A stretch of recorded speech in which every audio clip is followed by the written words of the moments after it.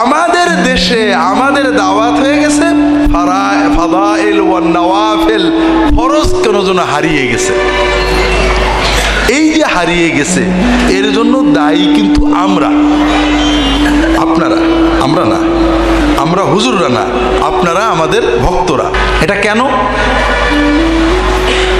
আল্লাহ তাআলা কোরআন কারীমে প্রথম হুকুম করলেন কি? ইকরা, মানে পড়ো। আর আমরা আমাদের দেশের মানুষ সব শুনিয়ে চলতে চায়, পড়তে চায় না, ঠিক না? পড়া বিমুখ। পড়ারও আবার শোনারও আবার কোরআন কারীমের নিয়ম বলেছেন আল্লাহ তাআলা। শোনার সিস্টেম আল্লাহ কোনো জিনিস আমাদের বাদ দেননি, শুধু আমরা বেখিয়াল। আল্লাহ কোরআন কারীমে ভালো ইমানদার জান্নাতি মুমিনদের ক্রাইটেরিয়া, ক্যারেক্টারিস্টিক বর্ণনা করেছেন। আল্লাযীনা ইসতামিউনাল কাওলা ফায়াত্তাবিউনা আহসানা, যারা কথা শোনে শুনেই মানে না, কথার ভিতরে যেগুলো খুব ভালো কথা, সুন্দর কথা, সঠিক কথা, শুধু ওইগুলো মানে। কথা বোঝেননি? তাহলে মুমিনের ভিতরে মুমিনকে প্রথম পড়তে হবে এবং শুনতে হবে, তবে শুনেই লাফ মারা যাবে না। শুনে যাচাই করার মতো, ভালো মন্দ যাচাইয়ের মতো একটা যোগ্যতা মুমিনের অর্জন করতে হবে। কথা বুঝতে পেরেছেন? এখন আপনারা বলবেন, এটা সব জায়গায় বলে জানি না, চট্টগ্রামের লোকে বলেন কিনা, হুজুররা এক একজন এক এক কথা বলে, আমরা কি করব? আমি বিষয়টা বুঝি, আপনাদের সাথে শেয়ার করি, চট্টগ্রামের সিস্টেমটা বুঝি। চট্টগ্রামের মানুষ আপনারা পয়সাওয়ালা, বাজারে গেলেন, আমাদের দেশের নিয়ে, আমি আপনাদের বাজারে যাইনি কখনো, মুরগির দোকান একসাথে অনেকগুলো থাকে, মাছের দোকান একসাথে অনেকগুলো থাকে, মনে করেন গরুর গোশতের দোকান একসাথে অনেকগুলো থাকে। এখন মনে করেন আপনি বাজারে গেলেন, প্রত্যেক দোকানদারই ডাকে, ভাই আসেন, স্যার আসেন, চাচা আসেন, আসেন আসেন, আমারটা ভালো আছে, আমারটা এরকম আছে। আপনাদের আছে নাকি? আছে। এখন আপনি কি করলেন? আপনি বললেন, তাহলে প্রত্যেক দোকানদার আপনাকে, এ বলছে আমারটা ভালো, এ বলছে আমারটা ভালো। আপনি কি করলেন? আপনি মন দিয়ে শোনেন। আপনি বাজারের ব্যাগটা হাতে নিয়ে আস্তে আস্তে বাড়ির দিকে চলে গেলেন। দোকানদাররা এক এক দোকানদার এক এক কথা বলে, বাজার আর কি করে করব, বাড়ি চলে যায়। এই রকম আপনারা ক্রেতা কেউ আছে নাকি চট্টগ্রামে? নেই। গুড। তাহলে আপনি কি করবেন? আমরা যেটা করি, আমার মনে হয় চট্টগ্রামের মানুষ ওটাই করেন।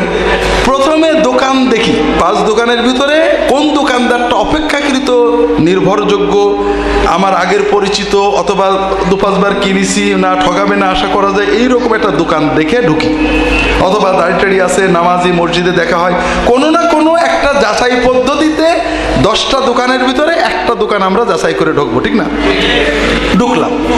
ঢুকার পরে আমাদের দেশের কথা বলছি, আপনাদের দেশে কেমন জানি না, যখন দোকানদার, আপনি মনে করেন আলু কিনবেন, দোকানদার বড় একটা পাত্রে করে অনেক, মানে 2 কেজি আলু যখন পাল্লার উপরে রাখে, আমাদের দেশের লোক যেটা করে, এই ভাই রাখো, আমি আলু দেখে নেব। আপনারা করেন নাকি? আপনি আলু, টমেটো, পেঁয়াজ, মরিচ, মাছ সবকিছু ওই দোকান চয়েস করার পরও পণ্যও চয়েস করেন, করেন না? আপনি বাজারের থলেটা বাড়িতে রেখে বেগম সাহেবকে দিয়ে মসজিদে চলে গেলেন।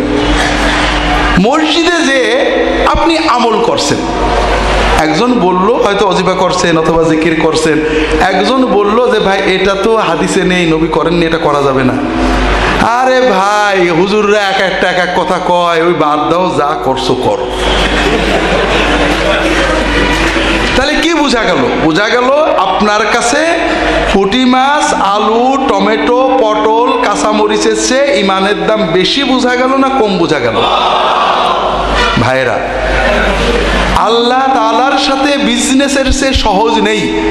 আল্লাহ আপনার মনটা শুধু দেখতে চান, কত আবেগ, কত ভালোবাসা, কত আন্তরিকতা দিয়ে আপনি আল্লাহর কাছে দিতে চাচ্ছেন। আপনার কাছে আলুর দাম বেশি হলো, পটলের দাম, পটল, প্রতিটি পটল হাত দিয়ে বেছে নিলেন, দোকান বাঁচলেন, পণ্য বাঁচলেন, মাছ বেছে নিলেন। আর ঈমান, জান্নাত কেনার সময় আপনি বাছাই না করে যা বললো পাল্লা ধরে ঢেলে দিল, নিয়ে চলে আসলেন। বোঝা গেল আপনি আল্লাহর জান্নাতের কোনো দাম দেন না। আপনি যখন দাম দেবেন, ভুল হলেও আপনি জান্নাত পাবেন।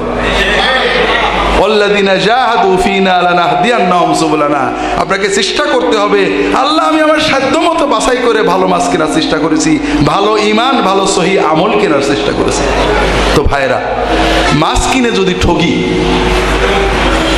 আমাদের জীবনে কত বাজার করব, কখনো মাছ কিনে ঠকবো, কখনো জমি কিনে ঠকবো, ঠকি না? এতে কি হয়? কিছুই হয় না। একদিন ঠকলে আর একদিন কভার করা যায়, ঠিক না? দুনিয়ার সামান্য ঠকার জন্য এত যাচাই করলাম, আর যে ঈমান কিনতে ঠকে গেলে, যে আমল কিনতে ঠকে গেলে আমার অনন্ত জীবন নষ্ট হয়ে যাবে, সেটার জন্য একবারও যাচাই করলাম না। এটা কি ঈমানের লক্ষণ হলো ভাই? আমি আপনার সাথে বিজনেস করব না, আপনি তো আপনার মালিকের সাথে বিজনেস করবেন। কাজেই ভাইরা, আল্লাহ তাআলার চেয়ে আপন কেউ নেই। আল্লাহ শুধু আপনার মনের অস্থিরতা চায়। আল্লাহ, আমি তোমার নবীর তরিকায় তোমার পথে চলতে চাই, আমাকে তুমি পথ দেখাও। আমি যাচাই করব, বুঝি না, আমি মানুষ, দলিল খুঁজবো, চিন্তা করব, পড়বো, আলেমকে প্রশ্ন করব, কোন কিতাবে আছে, কোন জায়গায় আছে, আমি যেন তোমার নবীর তরিকায় চলতে পারি। এই আবেগ যদি আমার থাকে, ইনশাআল্লাহ ভুল হলেও আল্লাহ মাফ করবেন, আমি জান্নাত পেয়ে যাব।